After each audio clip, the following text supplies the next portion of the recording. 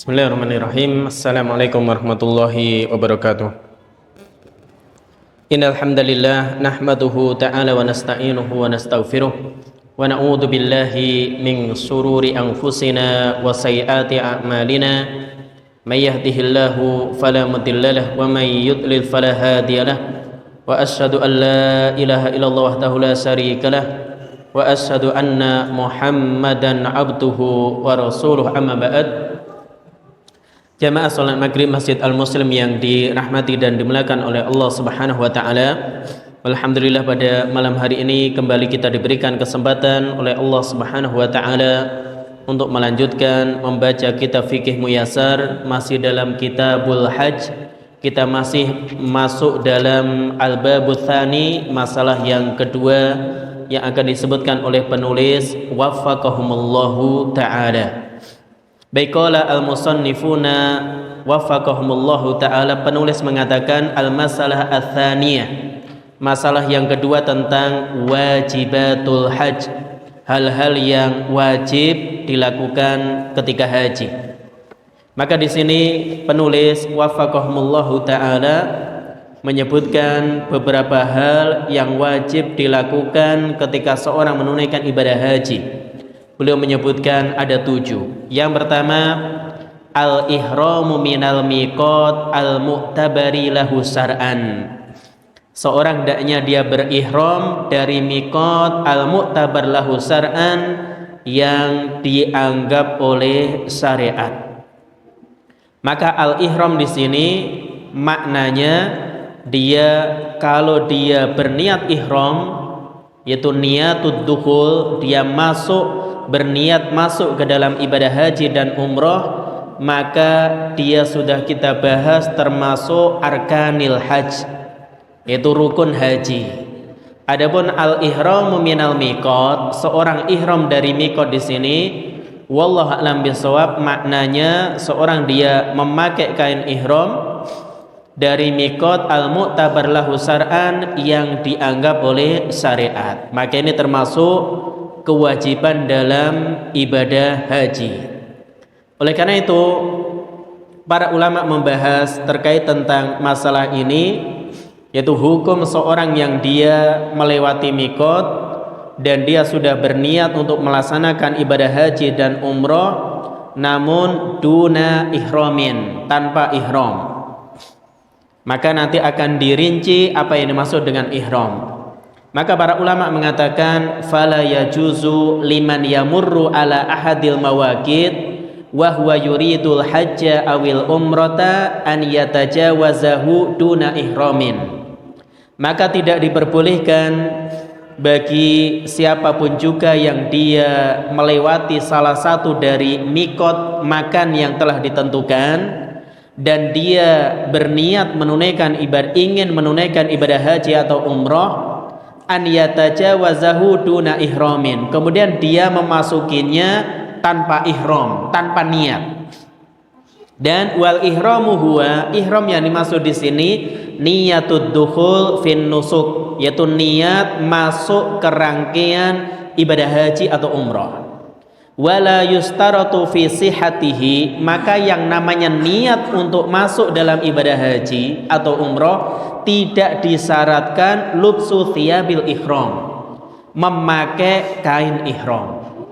Jadi ini perlu dibedakan antara al-ihram dan lubsu thiyabil ihram.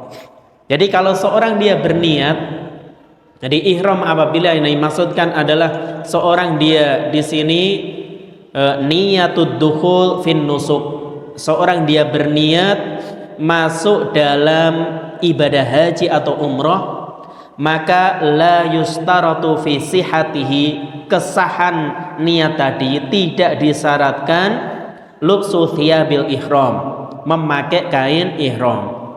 Bal mujarradun niyyah yahsulu bihi dukhul fil ihram, akan tapi sekedar niat saja maka seorang sudah dianggap telah masuk ke dalam ihram tadi, rangkaian ibadah haji atau umrah. Wa yajibu alal muhrim, dan apabila seorang dia sudah dalam kondisi ihram, ijtinabu mahduratil ihram. Dia menjauhi hal-hal yang dilarang ketika ihram. Apa hal yang dilarang diantaranya? Kal malabis al adiyah. Intayassara lahu dzalik. Dia memakai baju biasa.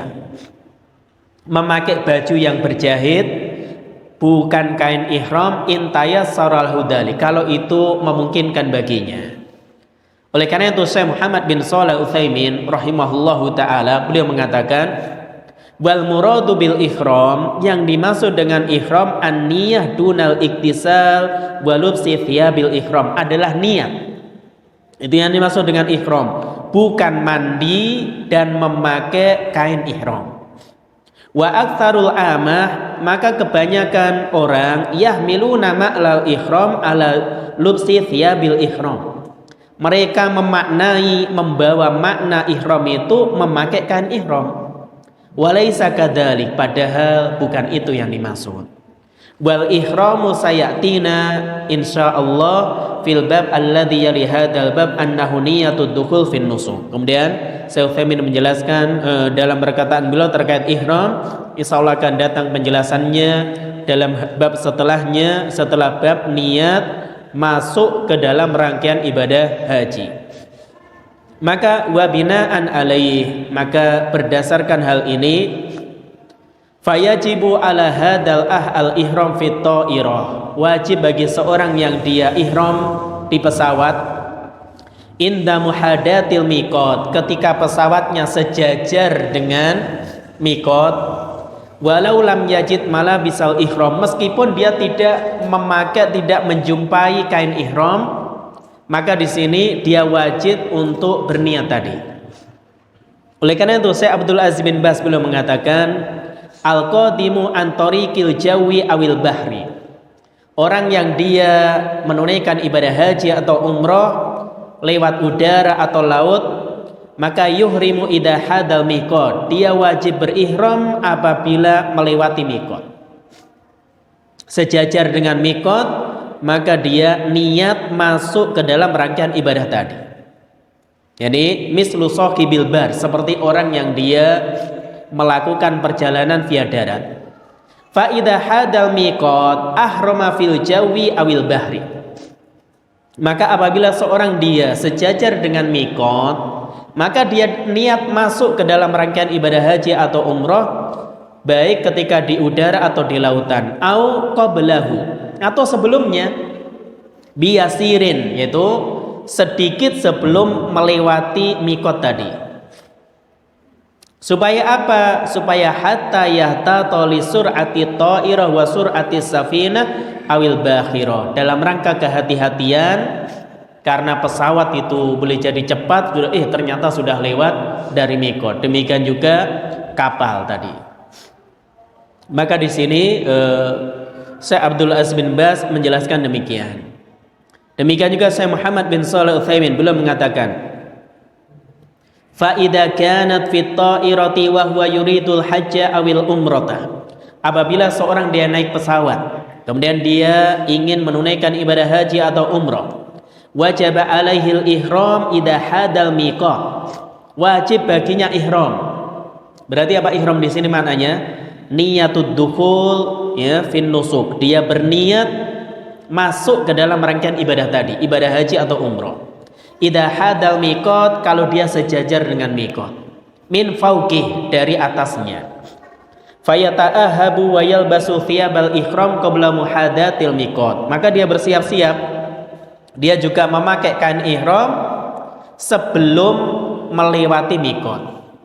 Fa idza hadahu aqdaniyatil ihram fauron, kalau dia sudah sejajar dengan miqat dan itu sesuai dengan niatnya dan cepat, fal wala yajuzu lahu ta'khiruhu ilal hubud fi Jeddah, maka tidak boleh baginya mengakhirkan niat hingga dia al-hubud fi Jeddah, mendarat di Jeddah. Li'anna dzalika min ta'addi hududillahi ta'ala, karena hal tersebut termasuk seorang yang dia melampaui aturan Allah Subhanahu wa taala. Maka di sini para ulama jelaskan benar perbedaan antara ihram dan memakai kain ihram. Jadi ihram yang dia maksudnya adalah niat masuk ke dalam rangkaian ibadah haji atau umroh, tidak disyaratkan seorang dia sah niatnya ketika memakai kain ihram. Kemudian wa man tajawazal miqata min duni ihramin amdan, siapa yang melewati miqat tanpa niat padahal dia sebelumnya sudah demikian amdan secara sengaja, fahuwa athim, maka dia berdosa. Wa in kana khata'an au jahlan au nisyanan fala itsma alaih. Adapun kalau seorang dia keliru, seorang dia tidak tahu atau lupa, fala itsma alaih, tidak dosa baginya. Terus apa yang dilakukan sudah kita bahas, karena ihram di sini niat bagian dari rukun haji, wa yajibu alaihi an ya'uda ilal miqat wa yuhrimu minhu. Maka wajib baginya untuk kembali ke miqat dan ihram dari situ. Dan ihram dari situ. Wala damun alaihi inda Syafi'iyah wal Hanabilah wal Malikiyah. Maka menurut ulama Syafi'iyah, Malikiyah dan Hanabilah, dia tidak wajib membayar dam. Jadi dia tidak wajib membayar dam. Kenapa? Li'annahu ahrama minal miqat alladhi umira bil ihrami minhu. Karena dia telah berniat dari miqat yang dia diperintahkan untuk mulai niat dari situ. Fala yalzamhu syai'un, maka dia tidak memiliki kewajiban apa-apa, kama laulam yatajawazhu, sebagaimana orang yang dia sudah ihram belum melewati miqat. Wa innama wajabat alaihi al-audatu ilaihi, namun yang wajib baginya kembali ke miqat tadi. Li'annahu wajibun alaihi amkanahu fi'luhu, karena wajib baginya ini mungkin untuk dia lakukan. Maka falazimahu kasairil wajibat tadarukan li ithmihi wa taksirihi, maka ini wajib baginya sebagaimana kewajiban-kewajiban yang lain, sehingga dia tidak mendapatkan dosa terkait dengan hal ini. Namun gimana kalau tidak memungkinkan naik pesawat, lewat nggak mungkin, sudah kita bahas. Dan beliau katakan fa illam yumkinhu al-audatu ilaih, kalau tidak mungkin baginya kembali, ahrama min makani, maka dia mulai niat dari tempatnya situ ketika dia ingat. Walazimahu dam, dan dia wajib membayar dam, yaitu dia nanti akan menyembelih seekor kambing yang diberikan kepada fuqara di Mekah. Wa huwa dzabhu satin tuwazza'u ala fuqara'i Makkah, yaitu dia menyembelih seekor kambing kemudian didistribusikan, dibagikan kepada orang-orang fakir yang ada di Mekah. Jadi kepada orang-orang fakir yang ada di Mekah. Baik, kemudian pembahasan yang lain, wa amma in ahrama muridul hajj awil umrah min miqatihi duna an yalbasa malabisal ihram. Adapun orang yang dia sudah berniat untuk menunaikan ibadah haji dan umroh dari miqat tapi tidak memakai kain ihram, nadharon li ajzihi anha, karena tidak mungkin baginya untuk memakainya, fa inna alaihi an yalbasa thiyabal ihram ba'da nuzulihi minat ta'irah, maka dia memakai baju ihram setelah dia mendarat dari pesawat, setelah turun dari pesawat. Wa alaihi fidyah, dan dia wajib membayar fidyah ala tahyir, pilihan. Apa saja? Siyamu thalathata ayyam, puasa 3 hari, au it'amu sittati masakin, atau memberi makan 6 orang miskin, likulli miskinun nisfu sha'in, setiap orang miskin dapat setengah sok. Ini dapat setengah sok dari makanan pokok, audab husatin, atau yang ketiga dia menyembelih seekor kambing. Dia menyembelih seekor kambing. Maka di sini perlu dibedakan antara ihram dengan lubsu thiyabil ihram. Jadi kalau ihram itu dia bagian dari rukun haji atau umrah, tapi kalau memakai kain ihram maka dia termasuk wajibatil haji. Ya, termasuk kewajiban haji dan beda. Kalau dia tanpa ihram sudah melewati mikot, kalau mungkin kembali maka dia kembali. Kalau dia sudah kembali tidak wajib membayar dam. Tapi kalau tidak memungkinkan maka dia berniat ketika dia berada di tempatnya, nanti dia membayar dam, yaitu dabhu satin yuwazza'u li fuqara'i Makkah. Dia menyembelih seekor kambing yang nanti dibagikan untuk orang-orang fakir yang ada di Mekah. Tapi kalau misalkan seorang dia niat tapi ternyata nggak pakai baju ihram, bagi laki-laki ya teman, maka nanti seperti apa? Maka dalam hal ini dia tetap sah. Nanti setelah turun dari pesawat misalkan sampai di hotel dia pakai baju ihram. Nah, dia diberikan 3 pilihan. Boleh baginya tadi dikatakan bahwasanya siyamu thalathati ayyam, dia puasa 3 hari, atau memberikan makan 6 orang miskin masing-masing setengah sok, ya, atau yang ketiga sama seperti tadi, dia menyembelih seekor kambing. Dia menyembelih seekor kambing. Baik, kemudian yang kedua al-wuquf bi Arafah ilal lail liman atahu naharon. Wukuf di Arafah sampai malam hari bagi orang yang dia datang ke Arafah siang hari. Jadi liman atahu naharon, bagi orang yang dia datang ke Arafah pada siang hari. Kenapa? Li'anna Nabiyya sallallahu alaihi wasallam, karena Nabi sallallahu alaihi wasallam waqafa ilal ghurub, beliau wukuf sampai tenggelamnya matahari. Jadi Nabi sallallahu alaihi wasallam itu wukuf sampai tenggelamnya matahari. Oleh karena itu nanti akan datang penjelasannya terkait tata cara haji beliau. Nabi katakan khudhu anni manasikakum, ambillah manasik haji kalian dariku.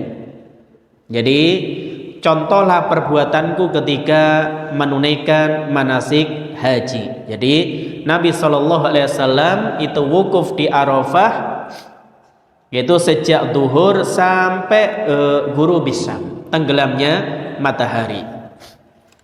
Oleh karena itu wukuf di Arafah itu sah. Kapan dikatakan sah? Para ulama katakan yang pertama, waktu mulai wukuf indal jumhur, menurut mayoritas para ulama adalah sejak waktu duhur. Sejak waktu duhur. Oleh karena itu kalau jamaah haji itu tiba di Arafah di pagi hari atau bahkan sebelumnya, sudah pagi-pagi banget sudah ada di Arafah, apa yang harus dilakukan? Istirahat. Maka dia istirahat yang cukup. Tujuannya ketika dia duhur kuat untuk berdoa, tidak ngantuk, ya. Kalau dia tiba di Arafah pagi hari kemudian tidak istirahat, giliran ba'da duhur ngantuk, sayang, ya. Ba'da duhurnya dia ngantuk, sayang. Padahal ba'da duhur atau masuk waktu duhur sampai sebelum tenggelamnya matahari itu adalah waktu yang mustajab bagi jamaah haji untuk berdoa kepada Allah Subhanahu wa taala. Baik, kemudian adapun akhir waktu wukuf itu hingga terbit fajar Yaumun Nahr, tanggal 10 Zulhijjah. Jadi waktu terakhir wukuf hingga terbit fajar Yaumun Nahr, tanggal 10 Zulhijjah. Maka bagi orang yang dia tidak punya udzur, tidak punya halangan, maka dia harus wukuf dari waktu duhur hingga terbenam matahari, sebagaimana kata penulis fikih Muyassar, karena ini hukumnya wajib. Jika seseorang dia keluar dari padang Arafah sebelum terbenamnya matahari, yaitu qabla ghurubi syamsi, maka jika ia kembali lagi, maka baginya kalau dia sebelum terbenam matahari keluar dari Arafah, dia harus kembali ya ke Arafah meskipun telah malam. Meskipun telah malam hari. Jadi misalkan seorang keluar dari Arafah jam 4 sore sebelum tenggelamnya matahari, maka wajib baginya untuk kembali ke Arafah meskipun sudah tenggelam matahari, dan dia tidak perlu membayar fidyah. Adapun jika dia keluar dari Arafah sebelum terbenamnya matahari dan dia tidak kembali lagi ke Arafah, maka dia membayar dam. Jadi maka dia membayar dam. Jadi dalam hal ini dia nanti akan membayar dam. Oleh karena itu yang lebih hati-hati dan sesuai dengan apa yang diajarkan oleh Nabi SAW, seorang dia wukuf dari duhur sampai terbenamnya matahari. Tapi bagi orang yang dia punya udzur, punya halangan, maka tidak mengapa wukuf di malam hari, yang penting sebelum fajar. Jadi misalkan orang sakit, mungkin sama pemerintah Saudi dibawa dari rumah sakit dia, pakai ambulan, mungkin pakai kursi roda, pokoknya hanya masuk ke Arafah sampai nanti sebelum terbit matahari. Maka ini orang-orang yang punya udzur boleh dia ke Arafah, ya, meskipun sudah malam hari, matahari sudah tenggelam. Harusnya orang dia mabit di Musdalifah, dia di Arafah. Maka yang penting dia masuk ke Arafah meskipun sebentar, kemudian dia keluar dari situ, maka wukufnya dianggap sah. Jadi wukufnya dianggap sah. Yang penting sebelum terbit fajar tanggal 10 di bulan Zulhijjah dia berada di Arafah. Jadi dia berada di Arafah. Jadi ini penting untuk diperhatikan. Jadi ini bagian dari wajibatul hajj, yaitu wukuf di Arafah dari duhur sampai terbenamnya matahari. Baik, kemudian yang ketiga, al-mabit bi Musdalifata lailatan nahri ila muntasifil lail. Mabit di Musdalifah. Jadi seorang mabit di Musdalifah kapan? Lailatan nahri, malam 10 Zulhijjah, ila muntasifil lail, sampai pertengahan malam. Jadi sampai pertengahan malam. Idza wafaha qablahu, apabila seseorang tiba di Musdalifah sebelum setengah malam.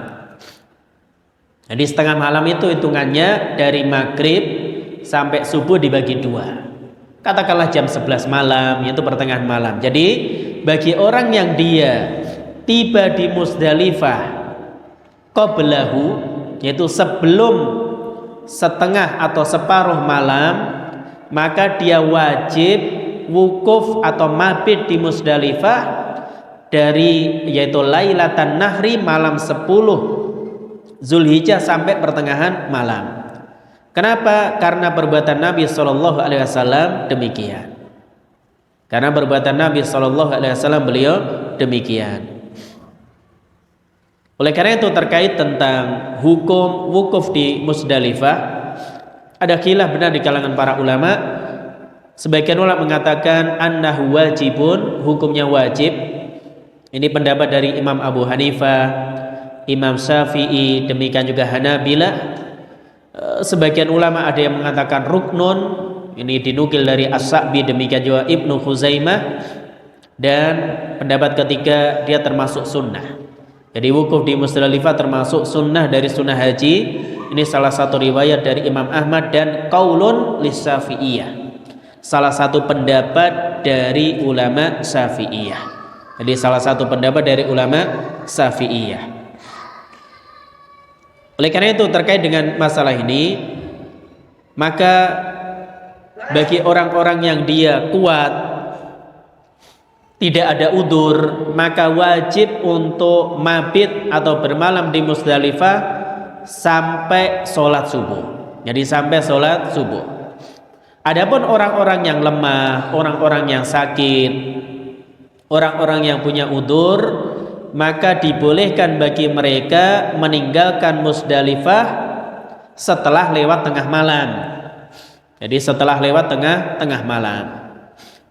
Maka keringanan ini juga, rukhsah ini, boleh meninggalkan Musdalifah setelah lewat tengah malam, ini berlaku bagi orang yang kuat namun mereka harus menemani orang-orang yang lemah atau harus menjaga orang-orang yang lemah. Sebagaimana Nabi SAW ketika itu pernah mengutus Abdullah bin Abbas ketika itu usia beliau sekitar 14 tahun untuk menemani orang-orang yang lemah. Maka Abdullah bin Abbas mengatakan, ba'athani Rasulullah SAW fi thaqal au aqala fi du'afa min jami bilailin atau min jam'in bilailin. Nabi SAW pernah mengutus yaitu Abdullah bin Abbas bersama orang-orang yang lemah untuk keluar dari Musdalifah di malam hari. Jadi untuk keluar dari Musdalifah di malam hari.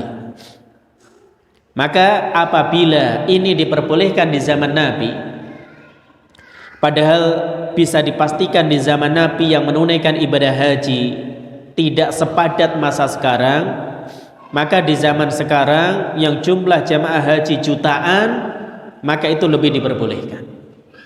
Maka itu lebih diperbolehkan. Kemudian bagi jamaah haji yang dia mabit di Musdalifah, disunahkan baginya setelah mabit di Musdalifah untuk sholat subuh di Musdalifah di awal waktu. Jadi sholat subuhnya di Musdalifah tadi bagi orang yang punya udzur. Jadi bagi orang yang nggak ada udzur, maka setelah itu dia berdoa kepada Allah Subhanahu wa taala hingga matahari menguning, jadi menjelang terbitnya. Dan ini sunnah yang banyak boleh jadi ditinggalkan oleh jamaah haji. Banyak yang dia setelah selesai sholat subuh langsung menuju Mina. Padahal setelah subuh itu waktunya untuk berdoa kepada Allah hingga menjelang matahari terbit, hingga sebelum suruh. Jadi idealnya kalau antum menunaikan ibadah haji kemudian bisa mabit di Musdalifah, maka sholat subuh di Musdalifah. Setelah sholat subuh jangan langsung meninggalkan Musdalifah ke Mina, namun berdoa sampai menjelang matahari terbit. Jadi menjelang matahari terbit atau diistilahkan matahari mulai menguning menjelang terbit. Ini kalau memang memungkinkan. Karena itu juga termasuk waktu yang mustajab dan dianjurkan seorang untuk berdoa. Jadi untuk berdoa. Sehingga kapan disunahkan jamaah haji itu meninggalkan Musdalifah menuju ke Mina? Sebelum matahari terbit tadi. Jadi setelah sholat subuh dia berdoa sampai menjelang matahari terbit, baru dia meninggalkan Musdalifah. Nah, maka siapa yang dia tidak mabit di Musdalifah tanpa udzur, kalau kita berpandangan mabit di Musdalifah termasuk wajibatul hajj, dan ini pendapat mayoritas para ulama, maka dia harus membayar dam. Kenapa? Karena meninggalkan salah satu dari kewajiban haji. Karena dia telah meninggalkan salah satu dari kewajiban haji. Jadi mabit di Musdalifah, pendapat yang kuat, dia termasuk salah satu dari kewajiban haji. Baik, kemudian yang keempat, al-mabit bi Mina layali ayyamit tasyrik. Mabit di Mina pada malam-malam hari tasyrik, yaitu tanggal 11, 12 dan 13. Jadi tanggal 11, 12 dan 13. Dan ini pendapat Imam Malik, Imam Syafi'i, dan salah satu pendapat atau riwayat dari Imam Ahmad. Ya, salah satu pendapat atau riwayat dari Imam Ahmad. Ada sebagian ulama yang mengatakan mabit di Mina itu hukumnya sunnah. Ini pendapat Al-Imam Abu Hanifah dan salah satu pendapat Imam Ahmad yang lain. Namun wallahu a'lam bishawab, maka mabit di Mina, jadi mabit di Mina sebagaimana yang tadi dikatakan oleh penulis fikih Muyassar, maka ini mabit di Mina pada malam-malam hari tasyrik, ini hukumnya wajib. Jadi hukumnya wajib. Kemudian para ulama bahas kewajiban mabit di Mina itu kapan? Yaitu mu'dhamul lail, mayoritas malamnya. Berarti apa? Setengah malam lebih. Jadi itu yang wajib seorang mabit di Mina. Maka jika terbenamnya matahari ya hingga terbit fajar itu katakanlah 12 jam, hitungan mudahnya demikian, maka minimal berada di Mina 6 jam lebih sedikit. Jadi 6 jam lebih sedikit. Kemudian bagi orang yang dia nanti mengambil nafar awal, maka dia wajib mabit di Mina pada malam ke-11 dan 12. Tidak wajib baginya mabit di malam ke-13. Adapun yang mengambil nafar tsani, maka dia harus bermalam di Mina pada malam ke-13 Zulhijjah. Jadi pada malam ke-13 Zulhijjah. Dan siapa yang dia tadi mengambil nafar awal, maka wajib baginya keluar dari Mina sebelum matahari tenggelam pada tanggal 12 Zulhijjah. Jadi dia kalau ngambil nafar awalnya, dia mabit hanya 11-12, maka dia harus meninggalkan Mina sebelum matahari tenggelam pada tanggal 12 Zulhijjah. Apabila masih berada di Mina hingga matahari tenggelam pada 12 Zulhijjah, maka wajib baginya mengambil nafar tsani. Jadi kalau orang dia niat sudah saya ngambil nafar awal, berarti saya mabit di Mina hanya 2 hari, 11-12. Maka dia wajib meninggalkan Mina sebelum matahari tenggelam tanggal 12 Zulhijjah. Ternyata setelah matahari tenggelam sudah Isya tanggal 12 Zulhijjah, masuk itu malam ke-13, kok dia belum meninggalkan situ, meninggalkan Mina, maka wajib baginya mengambil nafar tsani. Sehingga wajib baginya untuk mabit lagi di Mina pada malam ke-13 tadi. Jadi kembali mabit di Mina pada malam ke-13 tadi. Kemudian dijelaskan oleh para ulama terkait masalah kontemporer, misalkan apabila seorang dia sudah siap-siap untuk mengambil nafar awal, hanya mabit 2 hari, 11-12, untuk meninggalkan Mina, ternyata bisnya datang terlambat. Bisnya datang terlambat, atau ia ada udzur sehingga matahari sudah terbenam, maka tetap baginya boleh keluar dari Mina dan tidak wajib baginya untuk tetap di Mina di malam 13 karena ada udzur tadi. Bisnya terlambat atau ada udzur yang lain, ya, terhalangi satu hal sehingga dia bisanya keluar dari Mina, yaitu setelah tenggelamnya matahari. Jadi setelah tenggelamnya matahari, maka tetap boleh baginya demikian.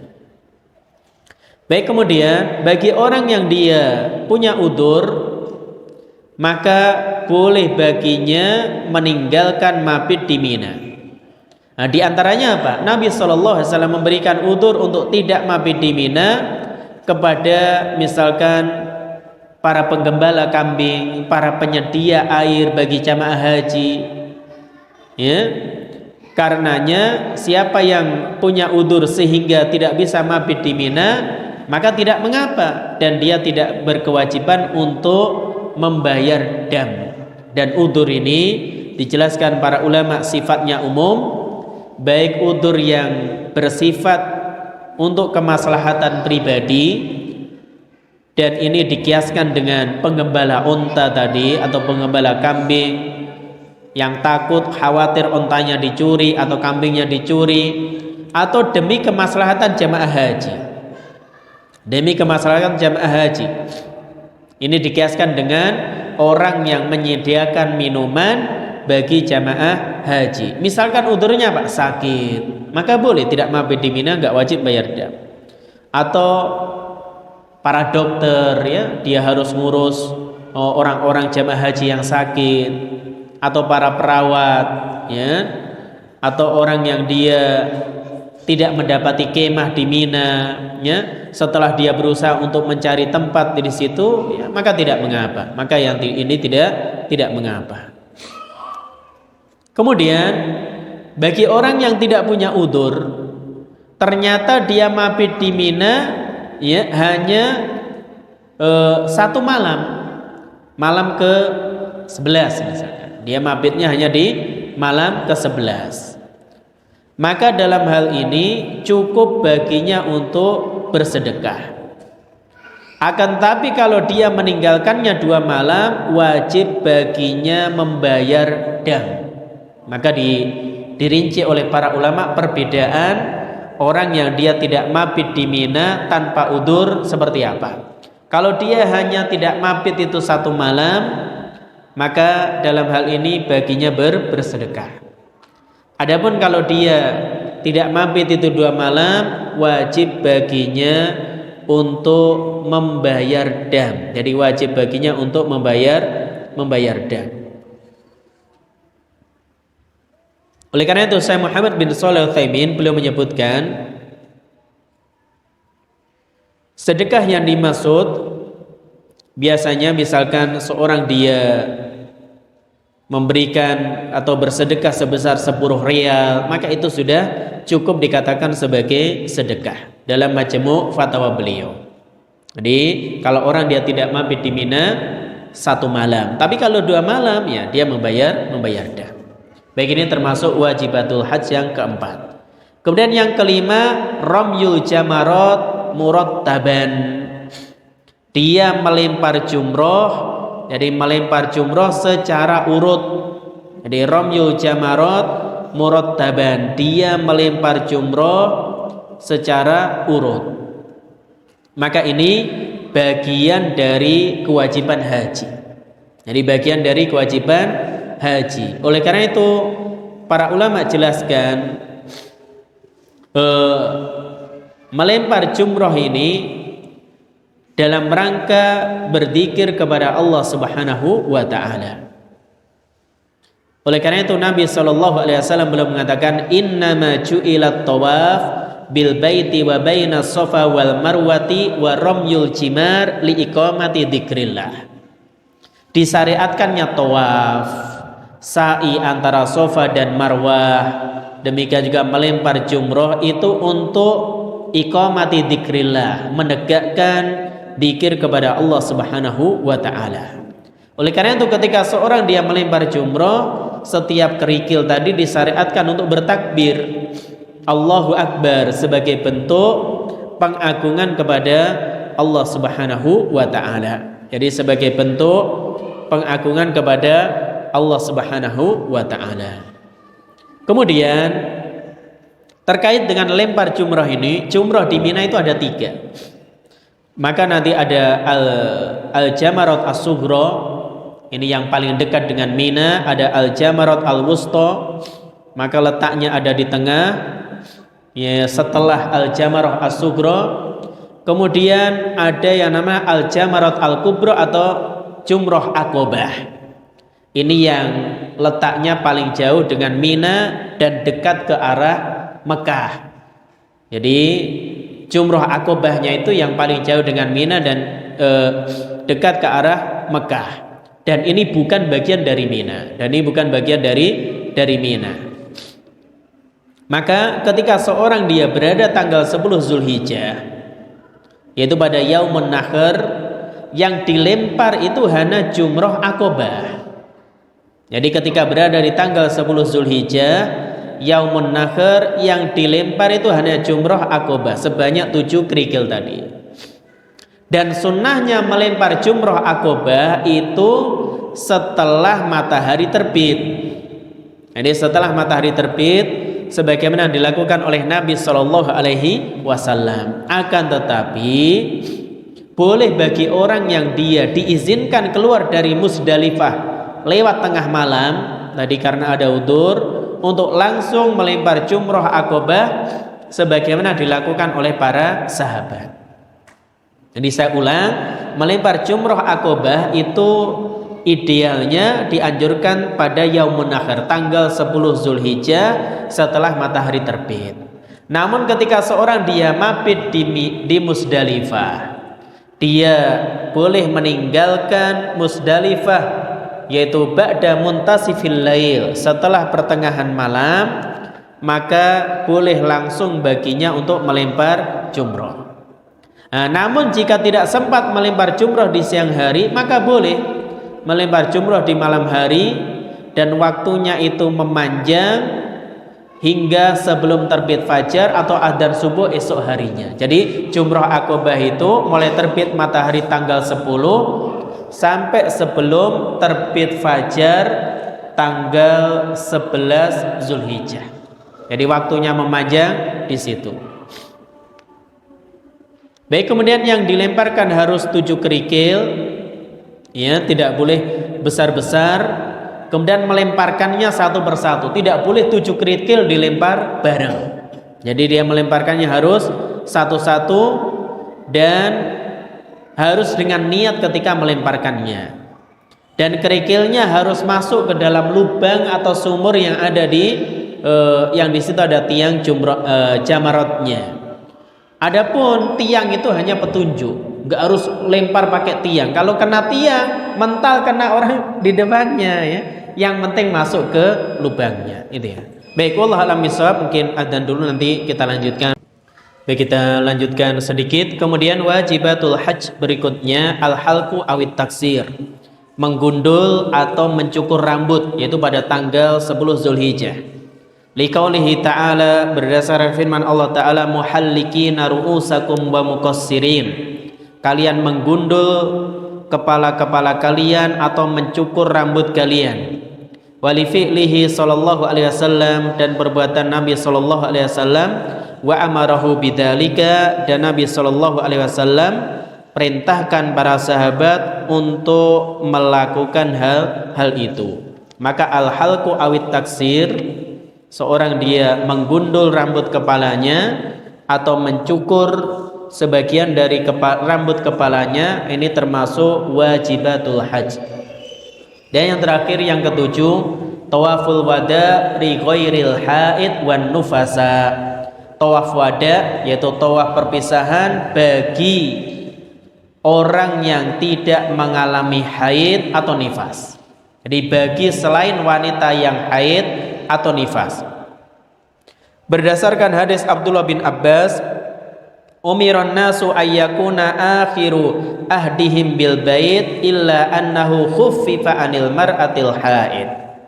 Maka manusia diperintahkan supaya yang menjadi terakhir bagi mereka adalah tawaf di Ka'bah, illa kecuali annahu khuffifa anil mar'atil haid, itu diberikan keringanan bagi wanita yang haid. Jadi bagi wanita yang haid maka dia tidak tawaf wada. Berarti di sini ada 7 wajibatul hajj. Baik, kemudian yang terakhir, faman taraka wajiban min hadhil wajibati amidan. Siapa yang meninggalkan salah satu dari kewajiban haji amidan, sengaja, au nasian atau lupa, jabarahu bidamin, maka wajib ditutup dengan dam, yaitu membayar dam, menyembelih seekor kambing, wa sahha hajjuhu, dan hajinya sah. Lima thabata an ibni Abbasin radhiyallahu anhuma annahu qala, mengingat perkataan Abdullah bin Abbas, beliau mengatakan, man nasiya min nusukihi syai'an au tarakahu falyufrik daman. Siapa yang lupa dari sebagian nusuknya atau meninggalkannya, maka hendaknya dia falyurik daman, menumpahkan darah hewan. Jadi menumpahkan darah hewan. Oleh karena itu para ulama membedakan antara meninggalkan kewajiban dengan seorang dia melakukan hal-hal yang dilarang. Maka athar dari Abdullah bin Abbas ini terkait tentang meninggalkan kewajiban, ya, tentang meninggalkan kewajiban. Adapun seorang dia yang melakukan hal-hal yang dilarang, ya, maka dalam hal ini nanti ada pembahasan tersendiri. Jadi meninggalkan 7 kewajiban tadi, kalau kata penulis fikih muyasar, maka baik dia sengaja atau lupa, jabarahu bidam, maka dia tutup dengan membayar dam, wa sahha hajjuhu, sehingga hajinya menjadi sah. Kalau tidak demikian, maka tentu mafhumnya tidak sah apabila seorang dia tidak membayar dam. Wallahu a'lam bishawab. Mungkin demikian yang bisa kita baca, kita sampaikan dalam kajian kita malam hari ini. Insyaallah di pertemuan berikutnya kita masuk ke dalam yaitu al-a'mal, amal-amal yang dia termasuk sunanul hajj, hal-hal yang dianjurkan atau disunahkan ketika seorang dia menunaikan ibadah haji. Insyaallah jelas ya, nggak ada yang ditanyakan. Baik, kita cukupkan kajian kita malam hari ini dengan doa kafaratul majlis. Subhanakallahumma wa bihamdika asyhadu an la ilaha illa anta astaghfiruka wa atubu ilaik. Wa akhiru da'wana alhamdulillahi rabbil alamin. Assalamualaikum warahmatullahi wabarakatuh.